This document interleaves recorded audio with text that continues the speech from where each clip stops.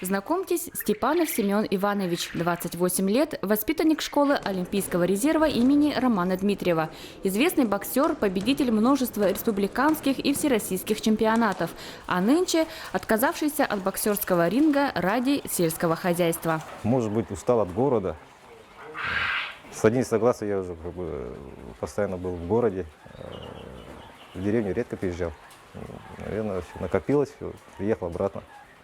Вот так вот. Семен решил оставить спорт и заняться разведением перепелок. Выбор был не случайным. В поисках лучшего способа развития с низким стартом, но с быстрой окупаемостью затрат, он остановился именно на этих птицах. Перепелка, она такая, что она выводится через 17 дней, она вылупляется в инкубаторе через 17 дней.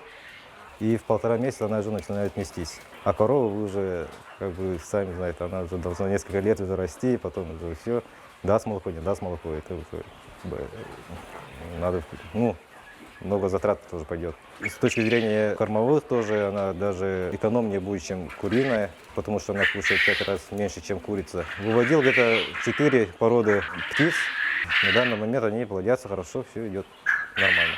В марте 2016 года Семен подал заявку на участие в гранте молодого фермера и выиграл 1,5 миллиона рублей. На эти деньги он выкупил участок в деревне вместе со старым домом, провел газопровод, вскоре должен установить новые клетки и ниппельные поильники, чтобы водоснабжение было автоматическим. На оставшуюся сумму Семен купил автомобиль УАЗ для поставки яиц в город и перевозку кормов, а также приобрел желанный усовершенствованный инкубатор за 50 тысяч рублей. Как сказали, на 300, да? На 1300 с чем-то. 1300 яиц. Да. И получается тут автоматическая влажность, температура все автоматическая. Да. Правда, через 6 месяцев перепелки перестают нестись, и тогда на продажу уже идет мясо. Семен признается, что жители села уже за несколько месяцев встают в очередь, чтобы полакомиться деликатесным мясом перепелки. Впереди планы расширить хозяйство и заключить договора не только с магазинами по поставке диетических яиц, но и с образовательными учреждениями. Собираемся поставлять яйца в дошкольных, школьных учреждениях, потому что у них витаминов больше, чем куриные, получается, в 10 раз.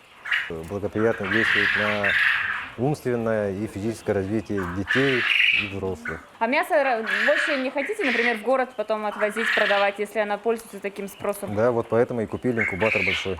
Мы уже не будем вывозить так по 100 с чем-то птенцов, а будем уже тысячи с чем-то. Да, тысячами. И потом их всех на шашлыки. На шашлыки, на духовку. Всего в Якутске 5 продуктовых магазинов торгуют перепелиными яйцами Семена Степанова. К слову, яйца пользуются большим спросом, и ежедневные 400 яиц уходят за несколько часов. Какова выгода с этого малого бизнеса, Семен не признается, но говорит, что она есть. А главное, что хватает на хлеб с маслом, ну и не только. Потихоньку мы набираем обороты, уже смотрим, уже посмелее, наверное, сказать. Так, дело идет. Надежда на лучшее есть, да? Надежда есть на будущее. Дай Бог, все будет к лучшему идти.